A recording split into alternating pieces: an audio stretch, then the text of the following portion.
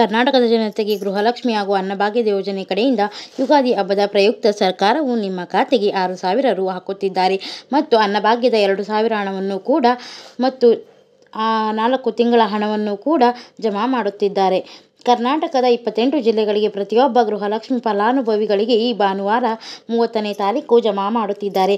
ಆದರೆ ಇದಕ್ಕೆ ಕೆಲವೊಂದು ನಿಯಮಗಳನ್ನು ಪಾಲಿಸಿದರೆ ಮಾತ್ರ ನಿಮ್ಮ ಖಾತೆಗೆ 6,000 ಹಣ ಬರುತ್ತದೆ. ಮೊದಲಿಗೆ ಯಾವ ಜಿಲ್ಲೆಗಳಿಗೆ ಹಾಕುತ್ತಿದ್ದಾರೆ ಎಂದು ತಿಳಿದುಕೊಳ್ಳೋಣ.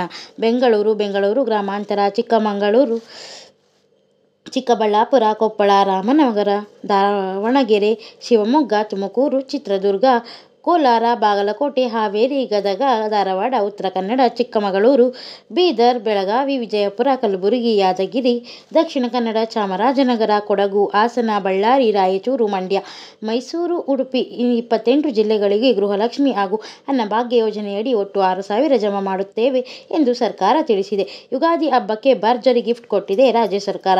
ಈ 6,000 ಹಣ ಜಮಾ ಆಗಬೇಕು ಅಂದರೆ ಕೆಲವು ನಿಯಮಗಳನ್ನು ಪಾಲಿಸಬೇಕು. ನಿಮ್ಮ ರೇಷನ್ ಕಾರ್ಡ್ಗೆ ನಿಮ್ಮ ಮನೆಯ ಎಲ್ಲ ಸದಸ್ಯರ ಆಧಾರ್ ಕಾರ್ಡನ್ನು ಲಿಂಕ್ ಮಾಡಿಸಿರಲೇಬೇಕು.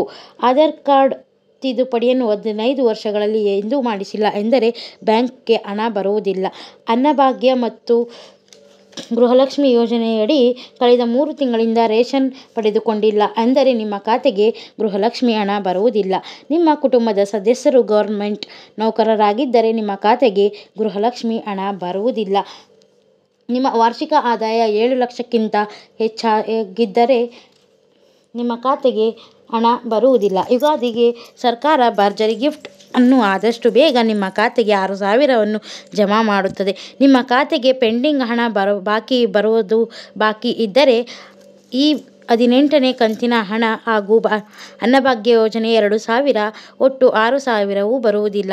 ಯಾವುದೇ ಪೆಂಡಿಂಗ್ ಇಲ್ಲ ಎಂದರೆ ಮಾತ್ರ 6,000 ಹಣ ನಿಮಗೆ ಸಿಗುತ್ತದೆ ಎಂದು ಈ ವಿಡಿಯೋದ ಮೂಲಕ ತಿಳಿಸಿಕೊಡುತ್ತಿದ್ದೇವೆ. ಈ ಮಾಹಿತಿ ನಿಮಗೆ ಇಷ್ಟವಾಗಿದ್ದಲ್ಲಿ ಸ್ನೇಹಿತರೆ ನಮ್ಮ ಚಾನಲನ್ನು ಸಬ್ಸ್ಕ್ರೈಬ್ ಮಾಡಿ, ಲೈಕ್ ಮಾಡಿ, ಶೇರ್ ಮಾಡಿ. Thanks for watching. Bye bye.